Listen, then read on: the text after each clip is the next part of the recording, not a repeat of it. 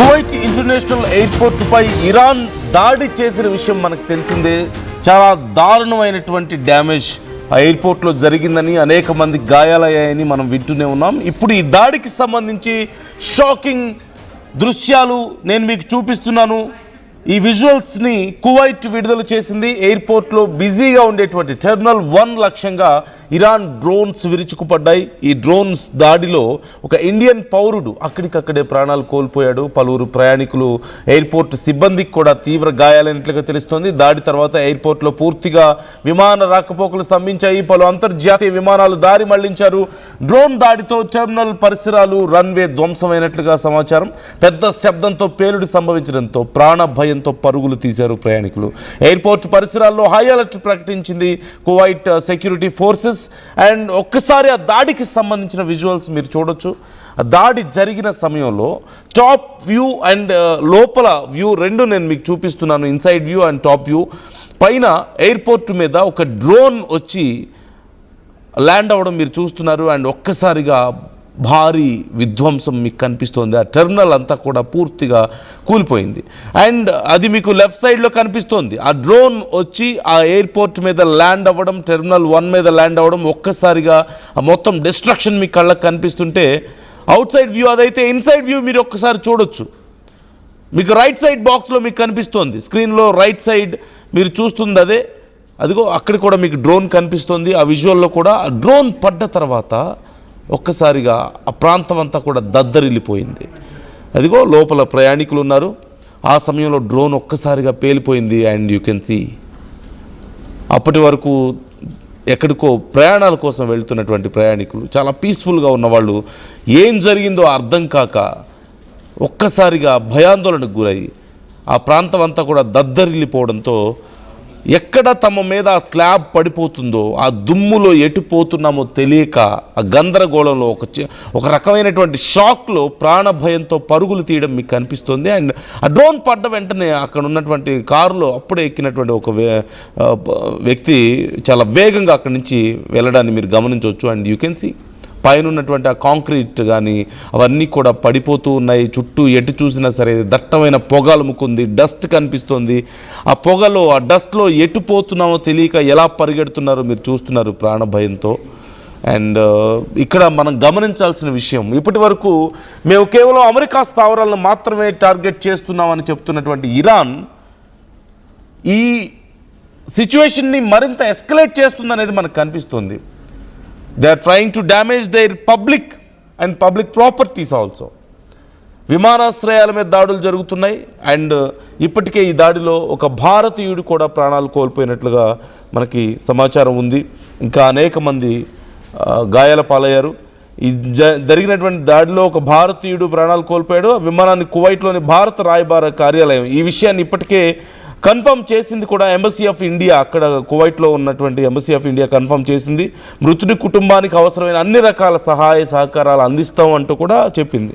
At the same time 63 మందికి తీవ్రంగా గాయాలైనట్లుగా తెలుస్తోంది.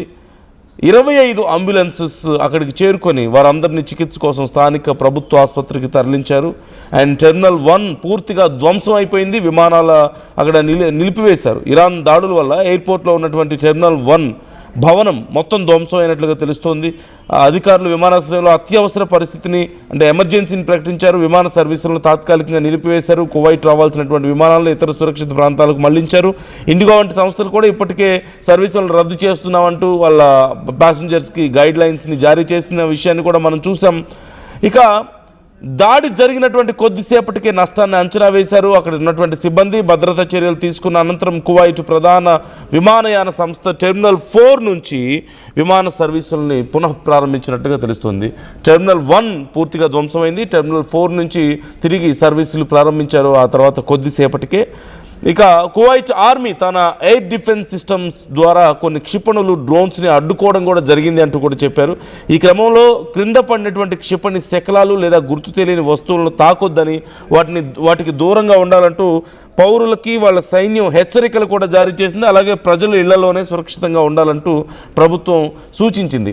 బట్ ఎందుకు ఇలా దాడి చేసింది?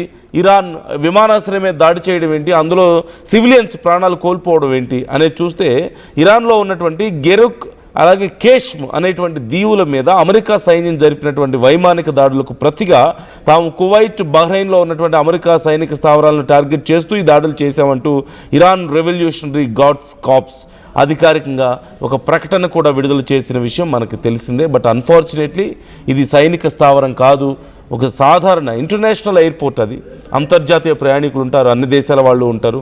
ఒక భారతీయుడు ప్రాణాలు కోల్పోవడం కూడా మనం చూస్తూనే ఉన్నాం అక్కడ.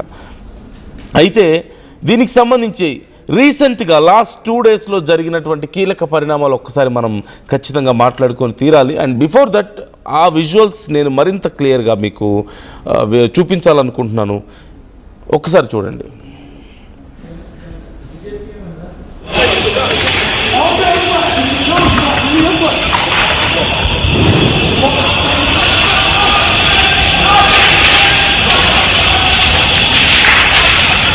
هذا الحريق، هذه مسيرة طاحت هني فوق أمل الكويت. هذا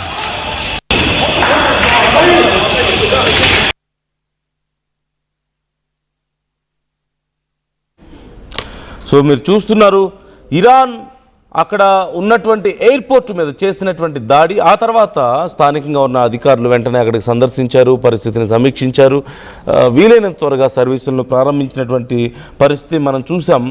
సో ఈ దాడి తర్వాత అమెరికా తన అత్యాధునిక F-35 యుద్ధ విమానాలను కువైట్, బహ్రెయిన్ రక్షణ కోసం రంగంలోకి దింపింది అంటూ కూడా తెలుస్తోంది. అలాగే కువైట్లోని భారత రాయబార కార్యాలయం అక్కడ ప్రాణాలు కోల్పోయినటువంటి భారతీయుడి భౌతిక కాయాన్ని స్వదేశానికి పంపించడానికి కూడా ఏర్పాట్లు చేసింది. ఇక మరోవైపు యుద్ధం తీవ్రత పెరుగుతుంది, సిచ్యువేషన్స్ మరింత ఎస్కలేట్ అవుతున్నటువంటి పరిస్థితి. ఇన్ లాస్ట్ 48 అవర్స్లో ఇరాన్ ప్రభుత్వం మద్దతు ఉన్నటువంటి హ్యాకర్లు ఇజ్రాయెల్ మీద సైబర్ అటాక్కి కూడా దిగారు. ఇజ్రాయెల్లోని ప్రధాన నగరాల విద్యుత్ గ్రిడ్స్ని టార్గెట్ చేయడం వల్ల కొన్ని గంటల పాటు అక్కడ విద్యుత్ సరఫరా కూడా నిలిచిపోయింది. అండ్ ఇజ్రాయెల్ సైబర్ రక్షణ విభాగం వెంటనే స్పందించి ఈ వ్యవస్థల్ని పునరుద్ధరించింది అంటూ కూడా మనకి తెలుస్తుంది. And along with that Hormuz strait దగ్గర కూడా పరిస్థితి చాలా ఉద్రిక్తంగా మారుతుంది క్షణక్షణానికి. నిన్న రాత్రి అమెరికా నౌకాదళానికి ఇరాన్ IRGCకి స్పీడ్ బోట్లకు మధ్య ఎదురుకాల్పులు జరిగినట్లుగా మనకి సమాచారం అందుతోంది. And US navy and IRGC speed boats మధ్య ఎదురుకాల్పులు చోటు చేసుకున్నాయి. అంతర్జాతీయ చమురు ట్యాంకర్లను అడ్డుకోవడానికి 2 ఇరాన్ బోట్లను అమెరికా నావికాదళం అక్కడ ట్రై చేసింది. ఇరాన్ ట్రై చేసింది, ఇరాన్ బోట్స్ని పంపించింది, స్పీడ్ బోట్స్ని. వెంటనే US నేవీ వాటిని ధ్వంసం చేసింది. దీనివల్ల అంతర్జాతీయ మార్కెట్లో ముడి చమురు ధరలు గత 2 రోజుల్లోనే 5% పెరిగినట్లుగా తెలుస్తోంది. హర్మూజ్ స్ట్రైట్ దగ్గర సిచ్యువేషన్ మరింత సీరియస్గా మారిపోవడంతో. మరోవైపు ఈ గడిచిన 2 రోజులుగా గల్ఫ్ దేశాల్లోని విమానాశ్రయాలు, సైనిక స్థావరాల మీద దాడులు పెరగడంతో ఇప్పుడు UN సెక్యూరిటీ కౌన్సిల్, ఐక్యరాజ్య సమితి భద్రతా మండలి అత్యవసరంగా సమావేశమైంది. అరబ్ దేశాలపై దాడులను ఆపకపోతే ఇరాన్పై మరిన్ని కఠినమైన ఆంక్షలు విధిస్తామంటూ కూడా ఇప్పటికీ అమెరికా, బ్రిటన్ దేశాలు హెచ్చరించినటువంటి సందర్భం మనం చూసాం. And especially after this particular attack, ఇక్కడ కువైట్లో జరిగినటువంటి ఈ అటాక్ తర్వాత చాలా సీరియస్గా రెస్పాండ్ అయింది UN సెక్యూరిటీ కౌన్సిల్ కూడా. అమెరికా తమ ప్రాంతం నుంచి వెళ్ళిపోయే వరకు ఈ దాడులు ఆపబోమంటూ మరోవైపు ఇరాన్ ప్రతిగా రెస్పాండ్ అవ్వడం కూడా మనం చూస్తూనే ఉన్నాం. సో ఓవరాల్గా సిచ్యువేషన్స్ క్షణక్షణానికి మరింత సీరియస్గా మారుతున్నాయి. ఓవైపు లెబనాన్ మీద ఇజ్రాయెల్ చేసినటువంటి దాడులకి ఇరాన్ పిచ్చెక్కిపోయి ఉంది. ఇంకోవైపు ఇరాన్కి సంబంధించినటువంటి కేష్మ్ ఐలాండ్ మీద US దాడులు చేయడంతో ఇరాన్ ఇక పట్టలేని ఆగ్రహంతో కువైట్ అలాగే బహ్రెయిన్ మీద దాడులు చేసింది. దీనికి సంబంధించి ఇప్పుడు ఐక్యరాజ్య సమితి చాలా సీరియస్గా ఉంది, మరిన్ని శాంక్షన్స్ విధించాల్సి వస్తుంది అంటూ కూడా మరోవైపు US ఇప్పటికే హెచ్చరికలు జారీ చేసినటువంటి పరిస్థితి మనకు కనపడుతుంది. ఏది ఏమైనప్పటికీ మీ సైన్యం పూర్తిగా వైదొలిగిపోయే వరకు, మా మీద దాడులు ఆపే వరకు మేము దాడులు చేస్తూనే ఉంటామంటూ ఇరాన్ చెప్తుంది. కాకపోతే నిన్న మొన్నటి వరకు ఇరాన్ కేవలం మేము సైనిక స్థావరాల మీద మాత్రమే, US సైనిక స్థావరాల మీద మాత్రమే దాడులు చేస్తున్నాం, మీరు సైన్యాన్ని వెనక్కి పంపించే వరకు మేము దాడులు చేస్తామని చెప్పింది. But now they are targeting civilians. ఇది ఖచ్చితంగా చాలా దారుణమైనటువంటి చర్య. కేవలం ఇరాన్ని మాత్రమే మనం అంటున్నామని అనలేం. ఖచ్చితంగా ఇప్పటికే యుఎస్ అండ్ ఇజ్రాయెల్ చేసినటువంటి దాడుల్లో ఇరాన్లో వందల మంది సివిలియన్స్ ప్రాణాలు కోల్పోయారు. అండ్ ఇప్పుడు ఇరాన్ కూడా గల్ఫ్ దేశాల్లో ఉన్నటువంటి సివిలియన్స్ని టార్గెట్ చేస్తుంది. So they want to build the pressure, మరింత ఎక్కువగా ప్రెషర్ పెట్టడానికి ప్రయత్నాలు చేస్తున్నారు. ఈ నేపథ్యంలో సామాన్య ప్రజలు, అమాయక ప్రజలు బలవుతున్నటువంటి పరిస్థితి కనపడుతుంది. You can see that visual, you can understand the situation. సైన్యాలు గొడవ పడుతున్నాయి, కానీ ఈలోగా సామాన్యులు ఉండేటువంటి ప్రాంతాల మీద చాలా సాధారణంగా రెగ్యులర్గా సర్వీసెస్ నడుస్తున్నాయి కదా, ఇక ఫ్లైట్ ఎక్కుదామని చెప్పేసి అక్కడికి వెళ్ళినటువంటి సామాన్యులు, ఒక భారతీయుడు కూడా ప్రాణాలు కోల్పోయాడు. సుమారుగా 64 మంది ఇక్కడ గాయపడ్డారు చాలా తీవ్రంగా. అందరూ కూడా సామాన్యులే, సాధారణ ప్రయాణికులే. అండ్ ఇప్పటికే ప్రాణాలు కోల్పోయిన భారతీయుడి యొక్క భౌతిక కాయాన్ని భారతదేశానికి పంపించేందుకు అక్కడ ఎంబసీ ప్రయత్నాలు కూడా చేస్తుంది. కాకపోతే దీని మీద ఇప్పుడు కువైట్ కూడా చాలా సీరియస్గా రెస్పాండ్ అయింది. ఇరాన్ ఇలాగే దాడులు చేస్తే చాలా తీవ్రమైనటువంటి నష్టాన్ని ఎదుర్కోవాల్సి వస్తుంది అన్నారు. And as we all know, ఇంతకుముందు మనం చెప్పుకున్నట్లుగా యుఎస్ తమ F-35 యుద్ధ విమానాలని రంగంలోకి దించినటువంటి పరిస్థితి ఉంది. Most of the drones and రాకెట్స్ని, అక్కడి నుంచి వస్తున్నటువంటి బాంబ్స్ని చాలా వరకు కూడా, మిజైల్స్ని చాలా వరకు కూడా యుఎస్ టెక్నాలజీతో ఆ దేశాలు అడ్డుకోగలుగుతున్నాయి. కానీ కొన్ని సందర్భాల్లో మాత్రం మిస్ అవుతున్నాయి. అవి ఇలాంటి డిస్ట్రక్షన్ని కలగజేస్తున్నాయి. అట్ ది సేమ్ టైం పేల్చేయడంతో, వాటిని గాల్లోనే పేల్చేసిన తర్వాత ఆ శకలాలు మీద పడి అక్కడక్కడ కొంతమంది గాయాలు అవుతున్నాయి. ఈ నేపథ్యంలో ఇప్పటికే కువైట్ మరొకసారి గైడ్ లైన్స్ని రిలీజ్ చేసింది.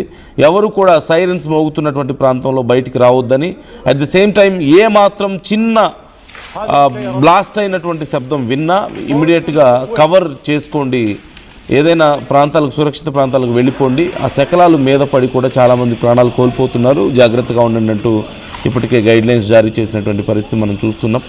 సో ఇప్పుడు యుఎస్ మరింత పెద్ద ఎత్తున సీరియస్ ప్లాన్స్ చేస్తోంది. ఓవైపు ఇరాన్తో జరగాల్సినటువంటి అగ్రిమెంట్ ఆగిపోయింది, మరోవైపు ఇజ్రాయెల్ యుఎస్ మాట వినడం లేదు.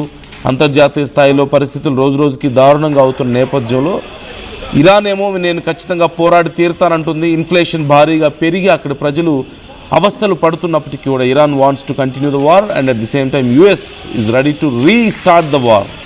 మేము మళ్ళీ తిరిగి మొదటి నుంచి యుద్ధాన్ని చేయగలుగుతాం అని కూడా యుఎస్ చెప్తున్నటువంటి పరిస్థితి కనపడుతుంది.